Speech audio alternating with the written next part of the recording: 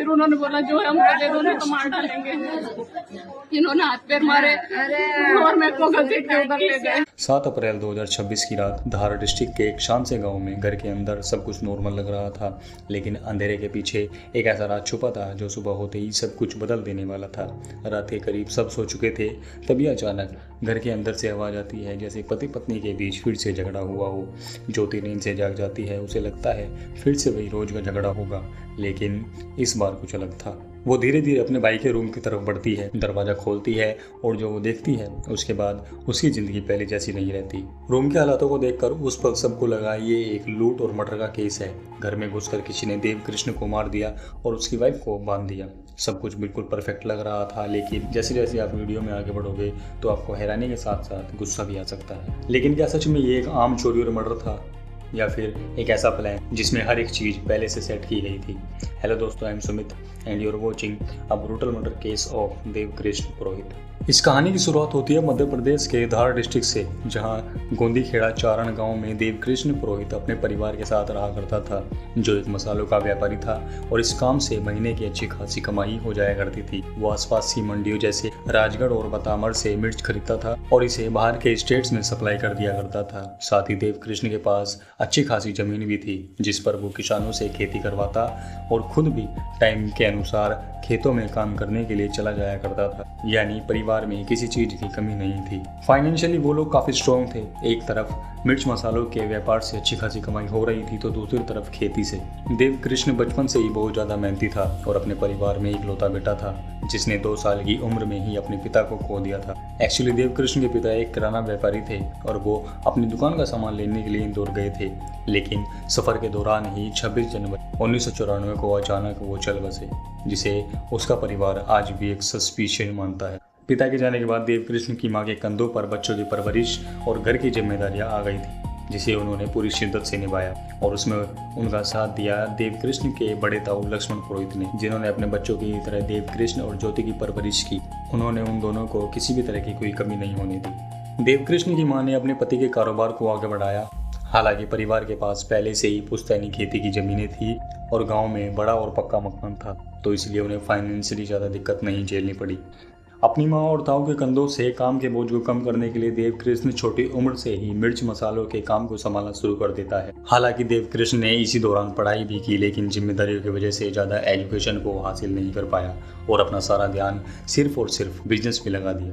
उसे गाँव में एक बहुत ही शांत और संतुलित शख्स के रूप में जाना जाता था, जो हमेशा लड़ाई झगड़ों और विवादों से दूर रहता था और अपने काम से काम रखा करता था। उसके लिए उसका परिवार सब कुछ था, खासकर उसकी माँ, जिन्होंने उसे बचपन से अच्छे संस्कार दिए और परेशानियों से भागना नहीं बल्कि लड़ना सिखाया। देव कृष्ण की उम्र अभी लगभग 17 साल ही थी और उसकी माँ चाहती थी कि वो अपने बेटे की शादी करा दे। हालांकि देव कृष्ण अभी नाबालिग था, लेकिन जिस कम्युनिटी से वो बिलोंग करते थे वहाँ जल्दी शादी करने का रिवाज है, जिसे सभी को मानना पड़ता है। इसीलिए देव कृष्ण भी शादी करने के लिए राजी हो जाता है और उसकी माँ उसके लिए लड़की देखना शुरू कर देती है। वो चाहती थी कि उनके बेटे को एक ऐसी लड़की मिले जो उसे कंधे से कंधा मिलाकर चल सके, उनके सीधे साधे बेटे को अच्छी तरह समझ सके। इसीलिए वो कहीं दूर न जाकर अपनी ही रिश्तेदारी में एक अच्छी लड़की की तलाश करनी शुरू कर देती है। जिसके बाद उन्हें प्रियंका का ख्याल आता है, जिसके भाई के साथ देव कृष्ण की चचेरी बहन की शादी हुई थी। अब क्योंकि प्रियंका घर की ही लड़की थी और दिखने में काफी सुंदर भी थी, इसीलिए उसकी माँ डिसाइड करती है कि वो प्रियंका को ही अपने घर की बहू बनाकर लाएंगी। और प्रियंका का घर जो महाराष्ट्र के पन्ना खेड़ी गांव में था, वहां अपने बेटे को लेकर पहुंच जाती है। हालांकि दोनों परिवार एक दूसरे को अच्छी तरह जानते थे और समझते भी थे, इसीलिए दोनों परिवारों ने ज्यादा सोच विचार न करते हुए ये रिश्ता फिक्स कर दिया। हालांकि उस दौरान प्रियंका की उम्र सिर्फ 15 से 16 साल ही थी। वो छोटी थी, यानी जिस उम्र में बच्चे अपने करियर के बारे में सोचना शुरू ही करते हैं, उस उम्र में प्रियंका के घर वाले उसे ऐसे रिश्ते में बांध रहे थे जिसके बारे में वो कुछ जानती ही नहीं थी। दोनों परिवारों में शादी की तैयारियां शुरू हो जाती हैं और 1 अप्रैल 2015 में प्रियंका और देव कृष्ण शादी के बंधन में बंध जाते हैं। लेकिन प्रियंका भी नाबालिग थी और इसी वजह से वो अपने मायके में ही रहने लगती है और वो देवकृष्ण की फैमिली से भी कह देते हैं कि वो प्रियंका को तब तक ससुराल नहीं भेजेंगे जब तक वो 20 या 21 साल की नहीं हो जाती। देवकृष्ण वापस घर लौटकर फिर से अपने काम में लग जाता है और इसी तरह वक्त आगे बढ़ता रहता है और वक्त के साथ साथ प्रियंका के जीवन में भी बदलाव होने शुरू हो जाते हैं। उसे ऐसा लगने लगता है कि ये रिश्ता उस पर जबरदस्ती थोपा जा रहा है, इसीलिए वो देवकृष्ण से ज्यादा बातचीत नहीं करती थी और ना ही उसका फोन इतनी आसानी से उठाती थी। कभी बाई चांस अगर फोन उठाती भी थी तो बहुत ही रूखेपन से उसके साथ व्यवहार करती थी। उन दोनों की मुलाकातें भी सिर्फ फैमिली फंक्शन या त्योहारों के दौरान ही हुआ करती थी, जिस वजह से दोनों को एक दूसरे को समझने का बहुत ही कम टाइम मिला करता था। यहाँ तक कि प्रियंका ने अभी तक देवकृष्ण को अपने पति के रूप में भी एक्सेप्ट नहीं किया था। और इसी दौरान वक्त बीतता चला जाता है और साल आता है 2021 का। अब प्रियंका 21 साल की हो चुकी थी। उसके फैमिली वाले उसे ससुराल भेजने का फैसला लेते हैं और दूसरी तरफ देवकृष्ण का परिवार भी नई बहू का स्वागत करने के लिए तैयार था। देवकृष्ण की मां अब चाहती थी कि जल्दी से जल्दी प्रियंका उनके घर आ जाए, इसलिए वो उसकी फैमिली से बात करके उसे भेजने के लिए कहते हैं, लेकिन प्रियंका साफ मना कर देती है क्योंकि प्रियंका कभी इस रिश्ते को अपना ही नहीं पाई। उसका कहना था कि जब उसकी शादी देवकृष्ण से की गई थी वो सिर्फ 15 साल की एक बच्ची थी, लेकिन अब वो 21 साल की हो चुकी थी और अपने फैसले खुद ले सकती थी और वो उस इंसान के साथ नहीं रहना चाहती जिससे वो जानती भी नहीं है। पर प्रियंका की फैमिली एक भी बात नहीं सुनती और उसे समझाते हुए कहती है कि देखो, अगर तुम ससुराल नहीं गई तो उसके भाई की शादीशुदा जिंदगी पर फर्क तो पड़ेगा ही, बल्कि समाज में उनकी इज्जत भी खराब होगी और काफी बेइज्जती भी उन्हें सहन करनी पड़ेगी। वो लोग चाहते थे कि प्रियंका इस शादी को निभाए और एक आदर्श बहू बनकर दिखाए जिससे खानदान की इज्जत बनी रहे। वो लोग किसी तरह समझा बुझा कर प्रियंका को उसके ससुराल भेज देते हैं, जहाँ उसका स्वागत बड़े धूमधाम से किया जाता है। प्रियंका के आने से जो सबसे ज्यादा खुश था वो था देवकृष्ण, जो प्रियंका के साथ अपनी एक नई जिंदगी की शुरुआत करने वाला था।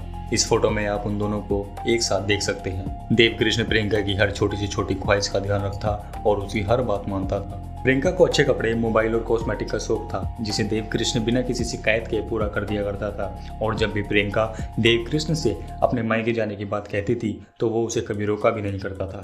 हालांकि प्रियंका देवकृष्ण के सांवले रंग का मजाक उड़ाते हुए सबके सामने कहा करती थी कि तुम बहुत काले हो, तुम्हें कपड़े पहनने की समझ नहीं है, मैं तुमसे खुश नहीं हूँ, कोई और मुझे डिजर्व करता है, तुम मुझे डाइवोर्स दे दो, तुम मुझे कहीं बाहर भी नहीं ले जाते, ये कौन सी ख्वाहिश तुमने पूरी की है। बाद में वो कहती थी कि मैंने तो सिर्फ गुस्से में बोल दिया था। देवकृष्ण हमेशा उसकी बातों को इग्नोर किया करता था, लेकिन प्रियंका कभी भी उसे नीचा दिखाने में कोई कसर नहीं छोड़ती थी। दरअसल उसे अपनी खूबसूरती पर बहुत ही ज्यादा घमंड हो चुका था, जबकि देवकृष्ण मिर्च मसालों के पीछे अपना काम करता था और एक सिंपल तरीके से अपनी जिंदगी को गुजारना चाहता था। वो अक्सर देवकृष्ण से कह देती थी कि वो उसके साथ बाहर जाने में शर्मिंदगी महसूस करती है क्योंकि उसे ना तो ढंग के कपड़े पहनना आता है और ना ही उससे बात करना। इसके बावजूद भी देवकृष्ण प्रियंका की महंगी डिमांड्स जैसे ब्रांडेड कपड़े, महंगे प्रोडक्ट्स पूरी कर दिया करता था, अपने पे बहुत ही कम खर्च किया करता था और इसी सादगी को प्रियंका ने देवकृष्ण की कमजोरी समझ लिया। देवकृष्ण की बहन और माँ के सामने भी वो उसे टोकने पर बाज नहीं आती थी,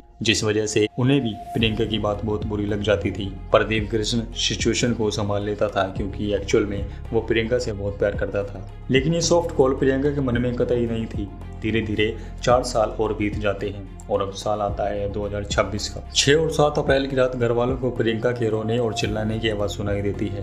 वो जोर जोर से चिल्ला के कह रही थी कि बचाओ बचाओ, उन्होंने मेरे पति को मार दिया, मेरी जिंदगी पूरी तरह बिखर गई। जिसके बाद देवकृष्ण की माँ और बहन दोनों प्रियंका के पास आती है और उससे पूछती है और फिर प्रियंका होश खोते हुए कहती, दबाया। फिर उन्होंने बोला जो है हम पहले दोनों तो मार डालेंगे। इन्होंने हाथ पैर मारे और मेरे को घसीट के उधर ले गए। ये वाली अलमारी उन्होंने ढूंढी, नहीं मिला। मैंने बोला मैं सब दे दूंगी, हमको छोड़ दो। मेरा सामान मैंने सब निकाल के दे दिया। कब की बात है? ये मेरे को आधा घंटा हो गया चिल्लाते चिल्लाते। जब घर वालों को देवकृष्ण के मरने की खबर लगती है तो वो तुरंत उसके कमरे में जाते हैं जहाँ देवकृष्ण बेहोश हालत में बिस्तर पर पड़ा हुआ था। उसे देखते ही माँ और बहन के पैरों के तले जमीन खिसक जाती है और उनकी रोने की आवाज़ पूरे मोहल्ले में गूंजने लगती है। धीरे धीरे पड़ोसी भी घर में आने लगते हैं और पुलिस को इस बात की सूचना दे देते हैं। पुलिस भी बिना टाइम वेस्ट किए घटनास्थल पर पहुंच जाती है। देवकृष्ण की बॉडी को कब्जे में लेकर पोस्टमार्टम के लिए भेज देती है। प्रियंका पुलिस को भी वही बताती है जो उसने देवकृष्ण की माँ और उसकी बहन को बताया। उसने कहा कि लुटेरे 3.5 लाख रुपए के गहने और 50,000 रुपए कैश लूट कर ले गए हैं। यहाँ पर पुलिस को कुछ डाउट्स होने लगते हैं। शक की वजह थी पैसों और गहनों का एग्जैक्ट हिसाब होना। पुलिस को समझ नहीं आ रहा था कि प्रियंका को कैसे पता कि एग्जैक्टली 50,000 की ही लूट हुई है। पैसों का अमाउंट ऊपर या नीचे भी हो सकता था। अब प्रियंका बार बार 3.5 लाख के गहने और 50,000 की बात बार बार कहने लगी, जिससे पुलिस का शक उस पर और बढ़ने लगा था। जब पुलिस ने घर का कोना कोना छान मारा तो उन्हें वही गहने और पैसे प्रियंका के कमरे में ही मिल गए, जिसे उसने एक कपड़े में लपेटकर अलमारी में छुपा रखा था। ये देखकर पुलिस का शक यकीन में बदल गया। जब उन्होंने प्रियंका के सामने पैसे और गहने रखे तो वो बिल्कुल हक्की बक्की रह गई और उसके पास कोई जवाब ही नहीं था। वही देवकृष्ण की पोस्टमार्टम रिपोर्ट ने भी पुलिस के शक को और मजबूत कर दिया। रिपोर्ट में आया कि देवकृष्ण पर हमला तब किया गया था जब वो गहरी नींद में था। उसकी बॉडी पर किसी भी तरह के स्ट्रगल मार्क्स नहीं थे, जिससे साफ हो गया कि उसे संभलने का मौका ही नहीं मिला और नींद में ही उसका मर्डर कर दिया गया। सिर पर एक ही वार से उसकी जान ले ली गई थी। 12 इंच के जख्म को देखकर ऐसा लग रहा था कि ये लूट नहीं बल्कि प्रोफेशनल्स का काम था। इसके बाद पुलिस को घर से और सबूत मिले, जिससे पता चला कि देवकृष्ण की मौत के दौरान कमरे में फिजिकल रिलेशन बनाए गए थे।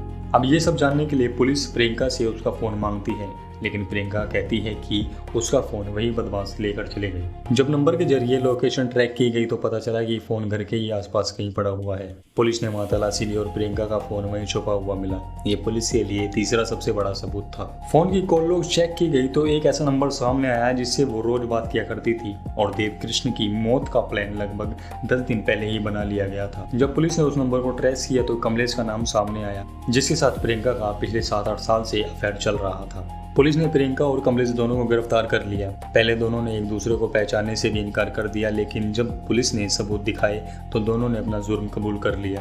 उन्होंने माना कि उन्होंने ही देवकृष्ण का मर्डर किया है। प्रियंका ने बताया कि उसकी शादी कम उम्र में हो गई थी। बढ़ती उम्र के साथ उसे लगने लगा था कि देवकृष्ण उसके लिए सही लड़का नहीं है। वो एक हैंडसम पार्टनर चाहती थी और उसकी मुलाकात कमलेश से हुई, जो पहले से ही शादीशुदा और 2 बच्चों का बाप था। दोनों की मुलाकात 2017 के आसपास एक फैमिली फंक्शन में हुई थी, जहां कमलेश का ससुराल उसी पन्ना खेड़ी गांव में था जहां प्रियंका रहा करती थी। धीरे धीरे उनका रिश्ता प्यार में बदल गया। प्रियंका कमलेश के साथ रहना चाहती थी, लेकिन 2021 में उसे जबरदस्ती ससुराल भेज दिया गया। इन सब के बाद भी वो देवकृष्ण को कभी अपना पति नहीं मानती थी और छुप छुपा कर कमलेश से बात किया करती थी। आखिरकार दोनों ने मिलकर देवकृष्ण को रास्ते से हटाने का प्लान बनाया। कमलेश ने सुरेंद्र भाटी नाम के एक शूटर को हायर किया, जिसे 1 लाख रुपए दिए गए। 7 अप्रैल की रात प्रियंका ने घर का मेन गेट खुला छोड़ दिया, जिससे सुरेंद्र और कमलेश घर के अंदर आ गए और उन्होंने सो रहे देवकृष्ण के सर पर वार किया, जिससे उसकी मौत हो गई। इसके बाद कमलेश और प्रियंका ने सबूत मिटाने की कोशिश की, सामान बिखेरा, पैसे और फ़ोन छुपाए और फिर वहाँ से फरार हो गए। उन्हें लगा कि उनकी साजिश कभी सामने ही नहीं आएगी, लेकिन पुलिस ने पूरा सच सामने ला दिया। फिलहाल प्रियंका और कमलेश पुलिस की हिरासत में हैं और सुरेंद्र की तलाश अभी भी जारी है। इस केस से 2 चीज़ें सभी को समझने की बहुत ज़रूरत है। अगर शादी में किसी एक की भी रजामंदी नहीं है तो फैमिली को ज़बरदस्ती नहीं करनी चाहिए, और दूसरी, अगर आपका किसी इंसान से मन भर गया है तो उसे डाइवोर्स लेकर सेपरेट होना बेहतर है, ना कि उसे मौत के घाट उतार देना, क्योंकि वो भी किसी का बेटा और किसी का भाई है। वीडियो अगर इन्फॉर्मेटिव लगी हो तो लाइक, शेयर एंड सब्सक्राइब जरूर करें और कमेंट में अपनी राय जरूर दें कि आपने इस केस से क्या सीखा। मिलते हैं नेक्स्ट एपिसोड में, तब तक के लिए stay tuned, stay alert and bye bye.